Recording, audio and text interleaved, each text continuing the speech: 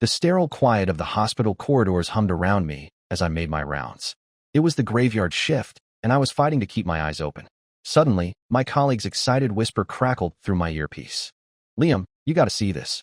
Ambulance just dropped off a man and woman in the ER. Word is they were, getting adventurous, you know? Got themselves stuck together. Seriously, still attached." He chuckled. "They're wheeling him into Trauma Bay 1 now. Wild. That jolted me awake faster than a shot of caffeine. Stuck? Like physically? The sheer absurdity of it banished my drowsiness. In my 3 years as a hospital security guard, I'd seen plenty of bizarre things, but never this. Curiosity overriding protocol, I hurried back towards the main emergency entrance. Sure enough, a gurney was being rushed towards the trauma room, carrying 2 figures shrouded beneath a thin white sheet. They had pulled the sheet over, their heads in utter mortification, but the clumsy attempt at modesty only resulted in glimpses of bare skin and tangled limbs flashing beneath the hem. A small crowd of patients and visitors had already gathered, trailing behind the gurney like vultures drawn to a spectacle. Whispers and pointing fingers followed them. Someone even had their phone out, recording. "Oh my God, are they really stuck? I thought only dogs did that. City folks sure know how to party. Thanks for the show, guys." Instinct kicked in. "Hey, no phones. Put those away," I snapped, stepping between the gawkers and the gurney. "Show some respect. This is private." As soon as I turned my back to shepherd the crowd away, I saw phones furtively raised again.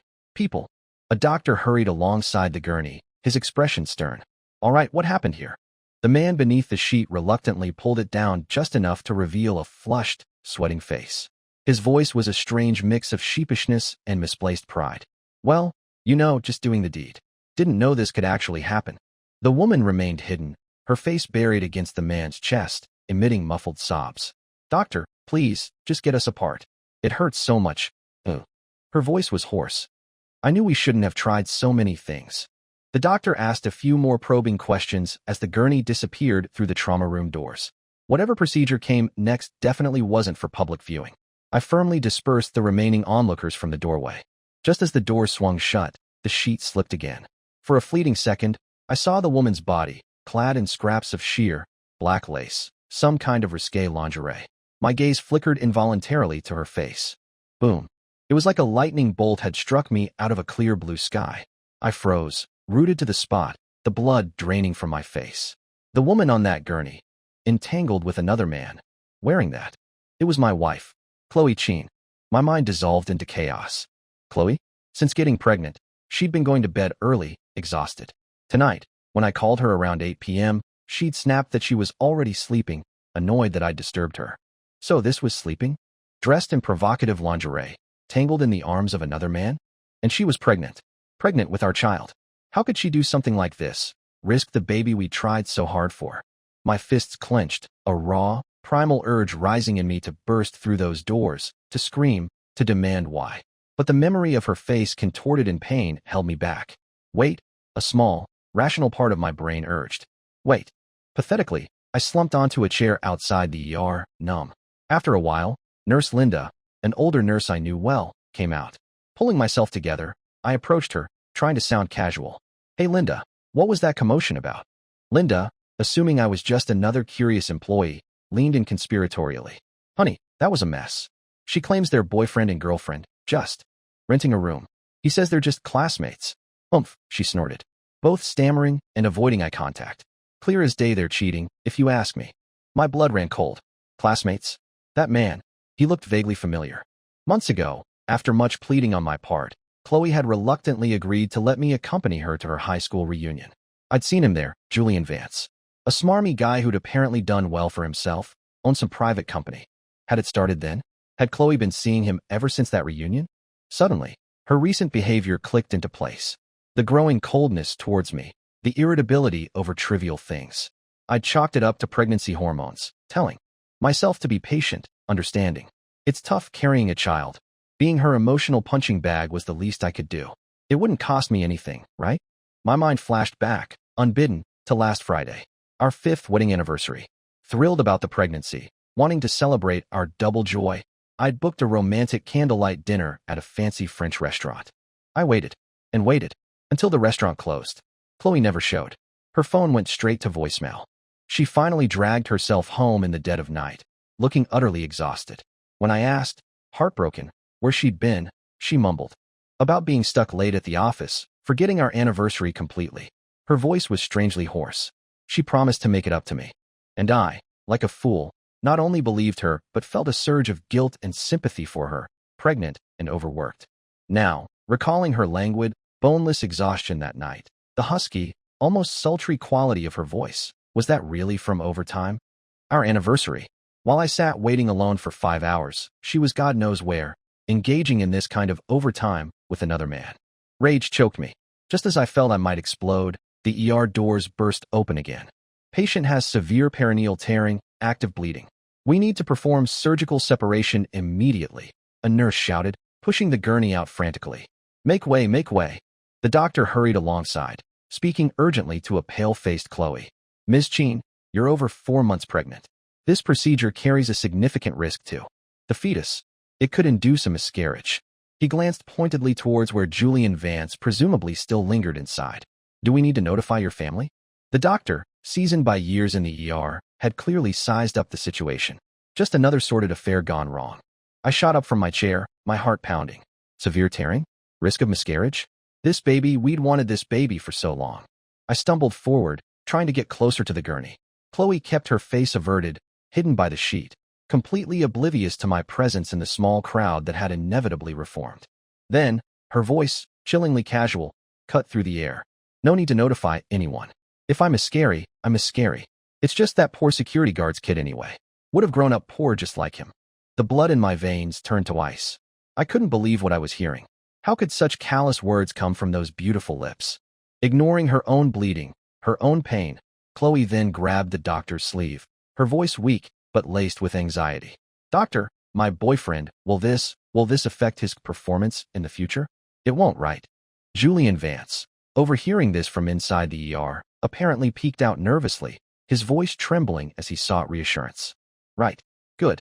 Excellent. Forget our hard-won baby. Her lover's sexual function was the priority. Something inside me snapped. Cold fury replaced the shock and pain. I pulled out my phone, but I wasn't recording for myself. I opened a major live streaming platform, created an account under a burner ID, and started broadcasting. The title was pure clickbait, explosive and raw. Pregnant woman and lover play too hard, get stuck like dogs. Live from hospital ER. Then, using another burner account, I dropped the link into Chloe's high school reunion chat group. Within minutes, viewers flooded in, drawn by the lurid headline. The stream went viral. About half an hour later, chaos erupted near the ER entrance. A group of people stormed in, shouting, yelling about catching a homewrecker. Bingo! Someone had clearly forwarded the stream to Julian Vance's wife. Perfect timing. The separation surgery had just finished. Chloe, pale and weak from the tearing and blood loss, was wheeled out on the gurney. Julian Vance, looking shaky and clad in hospital scrubs, trailed nervously behind her.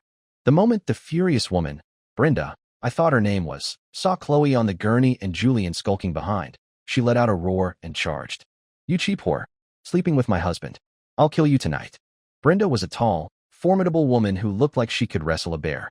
She shoved past the nurses, lunged at the gurney, and dragged the much smaller Chloe onto the floor. The sheet fell away completely, exposing Chloe's torn lingerie and the lurid map of love bites, hickeys, covering her neck and shoulders. Seeing the evidence so starkly displayed, Brenda went berserk, slapping Chloe repeatedly across the face. Shameless bitch, getting knocked up and still spreading your legs for other men. Filthy homewrecker. Chloe tried to shield her face, crying out between slaps. No, I didn't. I'm not a homewrecker. Ow. She turned desperately towards Julian. Julian, say something. Help me. But Julian? I saw him melt silently into the surrounding crowd and slip away out a side exit. Coward. As hospital security, my duty was clear. Intervene, stop the assault, restore order. But not yet. She wanted to cheat? Fine. I'd make her famous for it. Let everyone see. The scene, wronged wife tearing into the mistress, drew an even larger crowd. The chat in my live stream exploded.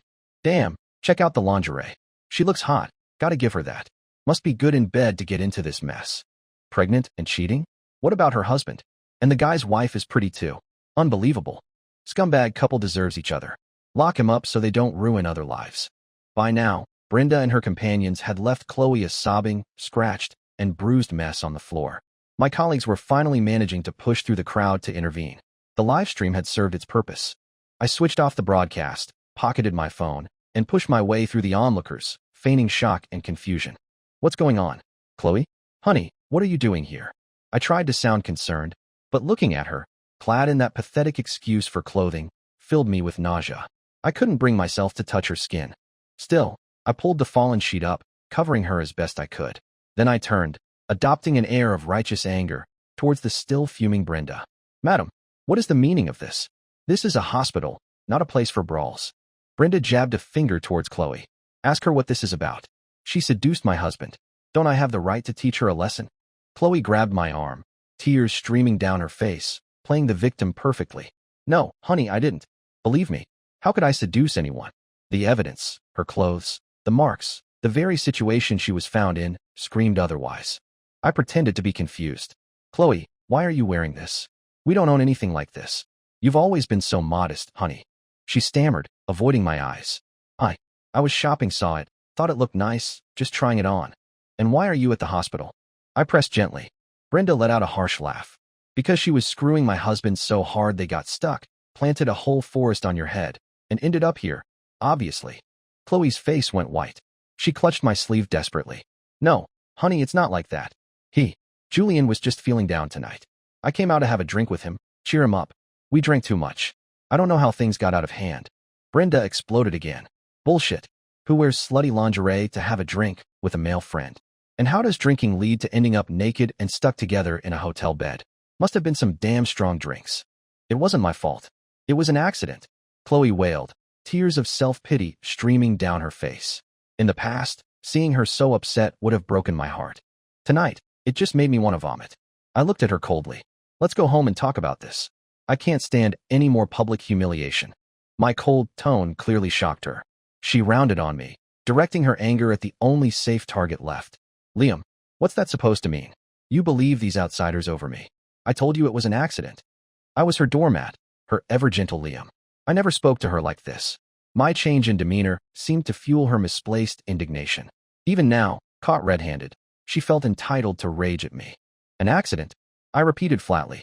Does an accident make it not cheating? Let's go home. Go where? I'm not finished with this bitch. Brenda lunged again, grabbing a handful of Chloe's hair. I stepped between them, suppressing the furnace of rage in my own gut. Cheating takes two, I said, my voice dangerously low. Maybe you should. Go home and deal with your own husband first. Unless you want me to sue him for damages? After all, he's the one who tore my wife's body apart. Brenda glared at me, weighing her options. Finally, she spat, pathetic loser, and stormed off with her entourage. I took leave from the hospital. The irony wasn't lost on me. Tonight's star patient was my own wife. My colleagues looked at me with pitying eyes. Swallowing my shame and heartbreak, I retrieved some spare clothes from my locker for Chloe, hailed a taxi, and took her home. In the car, she tried to speak, but I just turned my head, staring blankly out the window. Back at the apartment, her injury made walking difficult. She followed me slowly, sobbing pitifully the whole way. Still acting, I thought bitterly. Aren't I the one who should be crying? Inside, I finally confronted her, the forced calm shattering. Why, Chloe? Just tell me why. Wasn't I good enough for you? In the years we'd been married, I'd never wronged her.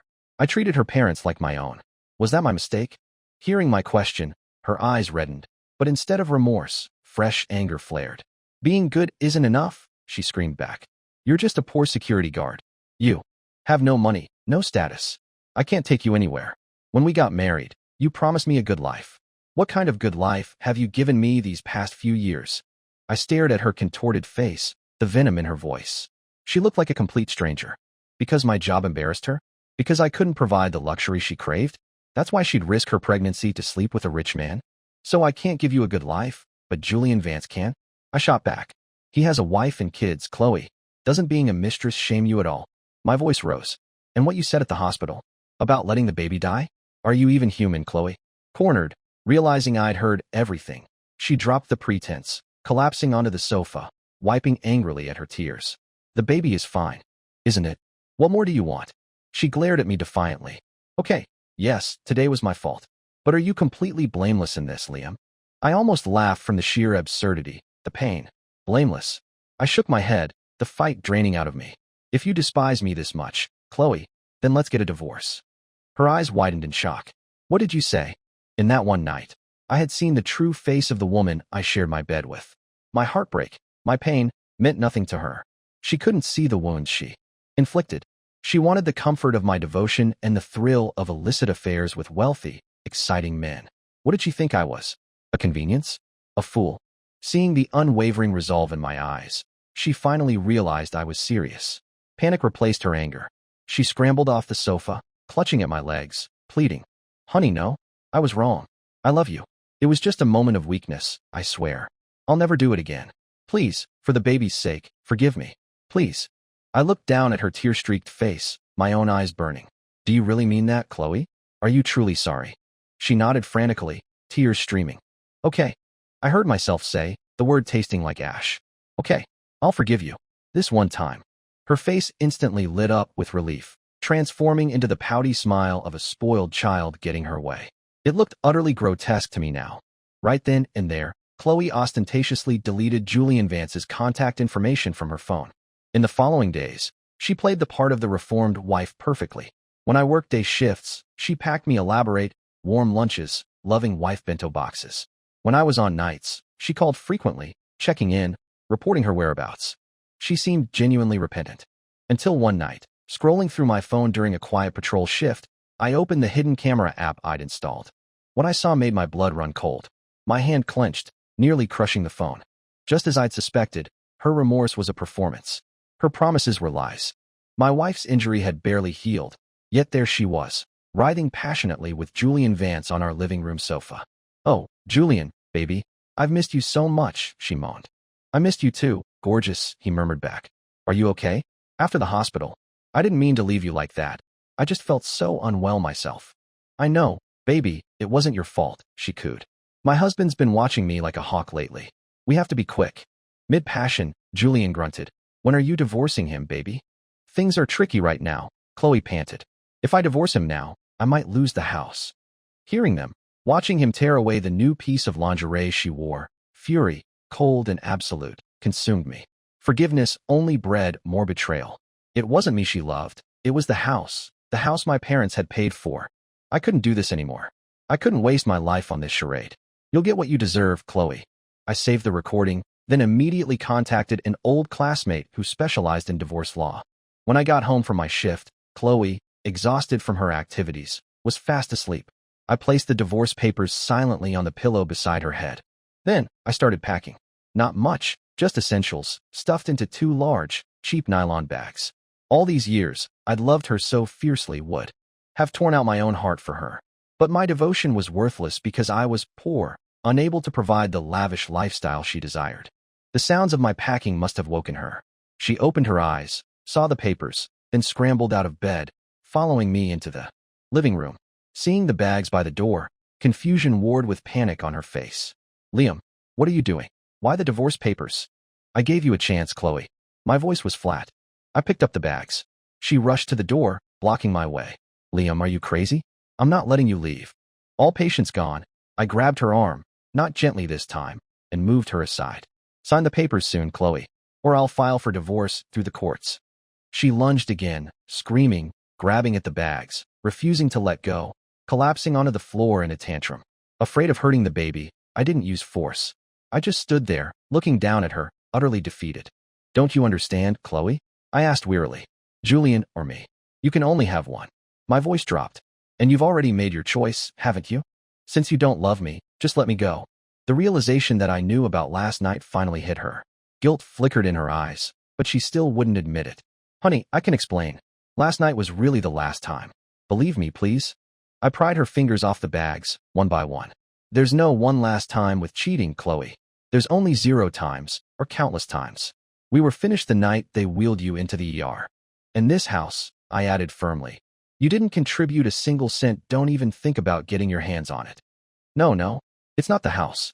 I love you, honey, not the house." Ooh. No matter how much she begged, cried, or pleaded, I walked out the door. If it weren't for the baby, I would have thrown her out. The door clicked shut behind me, sealing off her desperate cries. Sealing off the home we'd shared for 5 years, a place I once foolishly believed held warmth and happiness. I rented a small single room near the hospital. My parents, having seen the viral videos and subsequent gossip online, were mortified but supportive. Despite their initial hopes for a grandchild, they agreed Chloe needed to go, preferably with nothing. But Chloe somehow found my new address. One evening after my shift, I found her waiting outside my door with her parents. As soon as her father saw me, he barked at Chloe, "Kneel." Her legs buckled, and she sank to the floor. He then raised his hand and slapped her hard, first one cheek, then the other, leaving red marks on her swollen face. "You disgraceful child. How could I raise a daughter like you? Have you no shame? Think of the baby. Think of how you've treated Liam." Her mother dabbed at her eyes, then looked at me with feigned embarrassment. "Liam, dear, Chloe's belly is getting bigger now. I know you've been hurt, terribly hurt. But for the sake of the child, can't you find it in your heart to forgive her?" This whole performance, the yelling, the slapping, it was all for my benefit, wasn't it? A pathetic attempt at manipulation. The entire city knows my wife cheated on me and ended up in the ER stuck to another man, I stated flatly. And now you tell me she hasn't learned her lesson. How can we possibly continue living together? Her father sighed dramatically. "Liam, my boy, you work nights, long hours. My daughter, she's young, vibrant. She has needs, you understand? Sometimes loneliness gets the better of her." He waved a dismissive hand. "She knows she was wrong. Let's just put this behind us. Making a big fuss, dragging it all out, it's just ugly for everyone."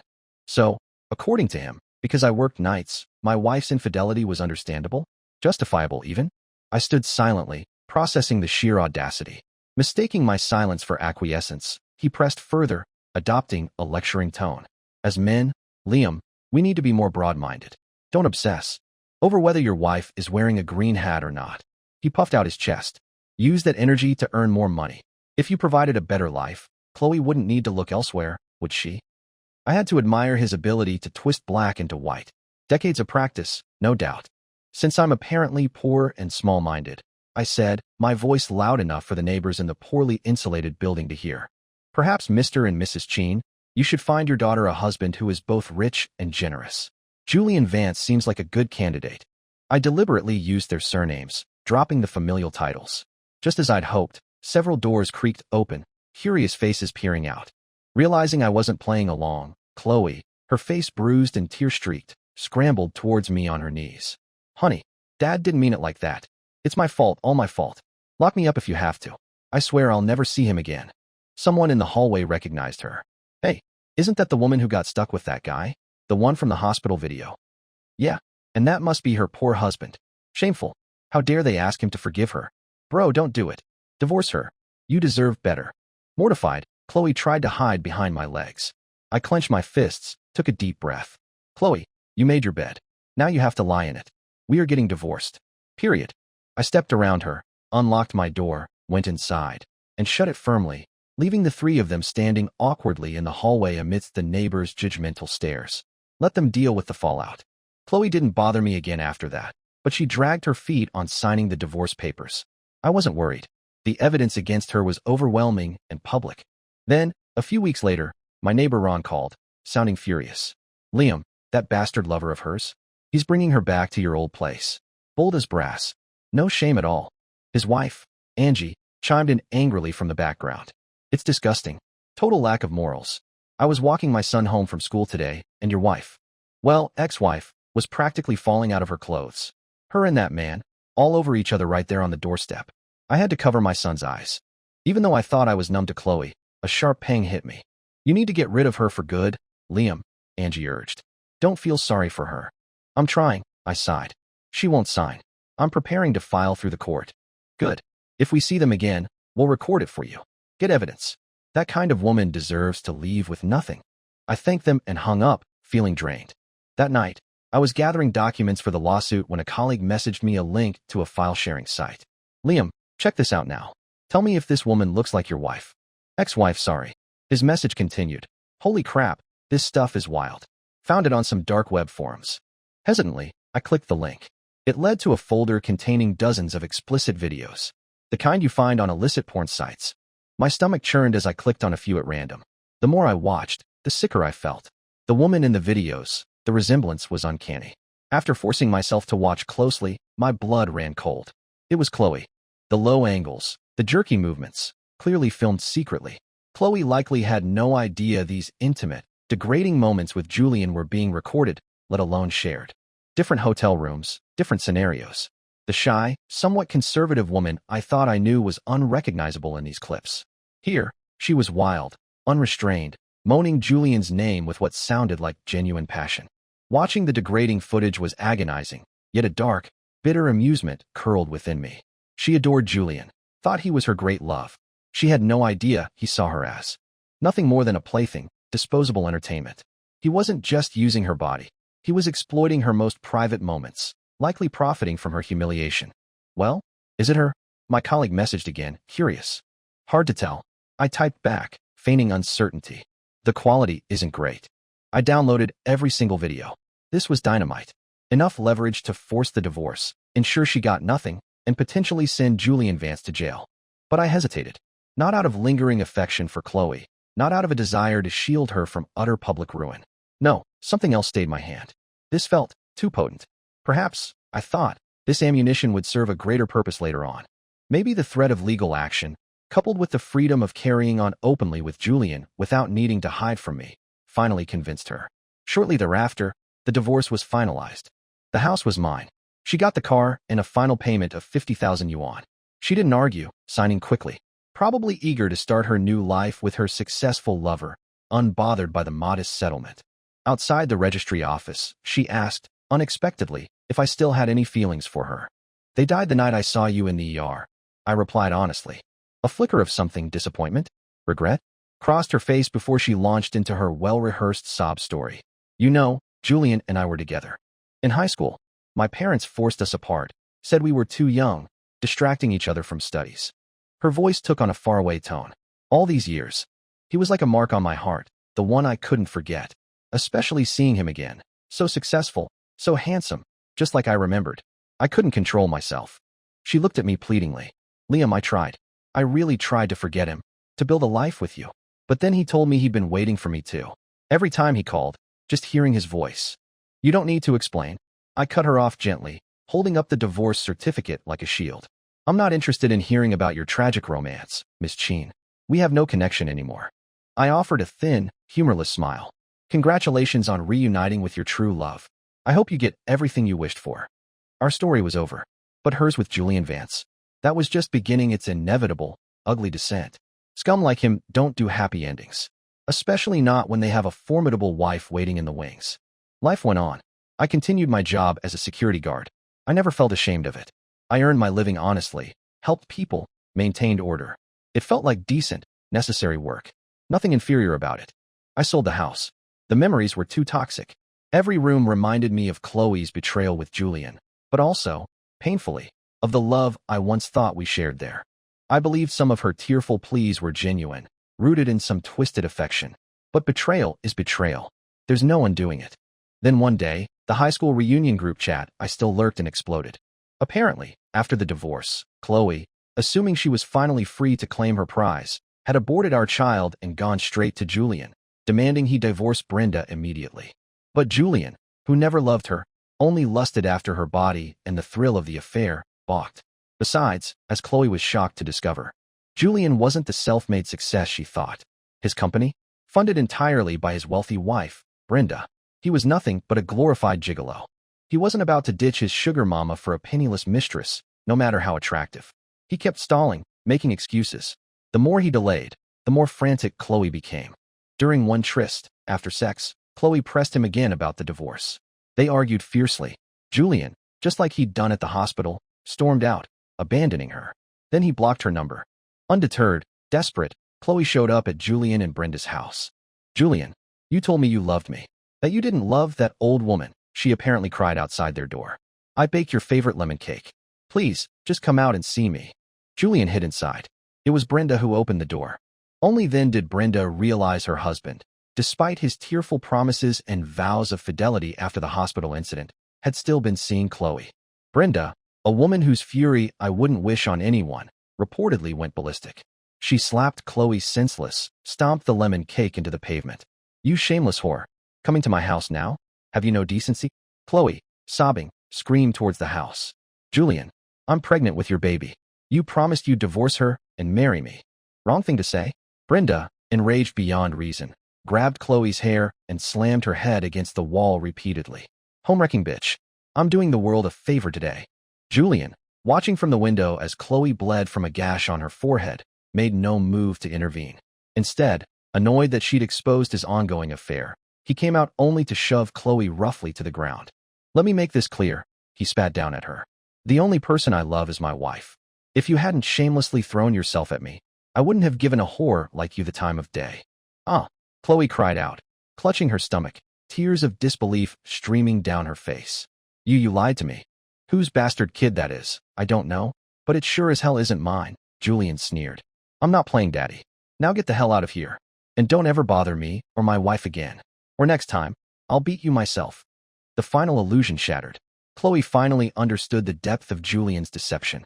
She lay tongue-tied, paralyzed/collapsed, on the ground, watching numbly as Julian lovingly wrapped an arm around Brenda and led her back inside their house.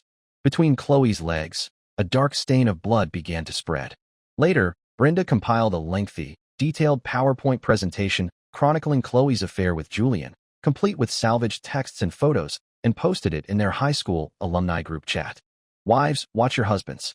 Don't let this homewrecker destroy your family, she captioned it, adding a direct threat. And to you, little bitch, my husband loves me. If you ever dare contact him again, see what I do to you. I scrolled through the presentation, a grim catalog of betrayal. It painted Chloe as the sole villain. Julian, conveniently, faded into the background as the poor, tempted husband. But Brenda wasn't the only victim here.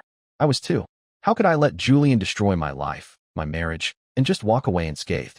Chloe, having lost the baby she desperately hoped was Julian's, now faced constant public shaming and scorn on top of her heartbreak. She spent her days weeping, a broken woman. Even the initial hospital humiliation hadn't hit her this hard. She truly had loved Julian, in her own twisted way. Alone, ostracized, she eventually reached out to me. She called my new number, somehow obtaining it. Liam? Are you busy? Her voice was hesitant, fragile. What is it, Chloe? I just wanted to see you. No other reason. If you don't want to, that's okay. I finish work at 7:30, I heard myself say. Meet me at the coffee shop outside the hospital. The surprise, the flicker of hope in her voice, was audible. Okay, I'll wait for you there. When I walked into the coffee shop, she was already seated at a small table, nervously shredding a napkin. She had lost even more weight in the few months since the divorce. The vibrant beauty was gone, replaced by a gaunt, haunted look. I ordered for you, she said, pushing a fancy grape and cheese foam tea towards me. I sighed. Chloe, I don't eat grapes. She remembered Julian's every preference. Yet after 5 years together, she still didn't know basic things about me. Because she never cared enough to pay attention. She apologized quickly. What did you want to talk about? I asked, cutting through the awkwardness. Nothing really. Just wanted to see how you're doing. I'm doing fine, Chloe. I never felt I wasn't doing fine. My life was simple, but it was honest. It was enough. Her insatiable greed and meaningless comparisons were what made her miserable. Silence fell again. Finally, I reached into my pocket and pulled out the USB drive. I placed it on the table between us. Chloe stared at it, confused. The contents of this drive, I said quietly. You can choose not to watch them. Because seeing them, it might be more than you can handle. But, I added, meeting her bewildered gaze, it's not my decision to make for you. It's yours. She hesitated, then picked up the drive, her face pale and drawn. That was the last time I ever spoke to Chloe Chin. News of her reached me sometime later, not through gossip, but through official channels, a police bulletin circulating online.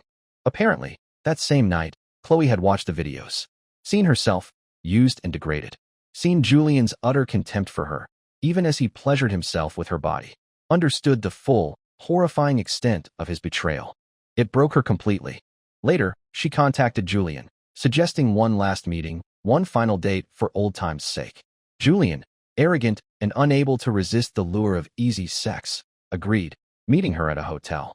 But instead of a night of passion, Chloe, dressed provocatively, offered him a glass of red wine laced with a powerful sedative.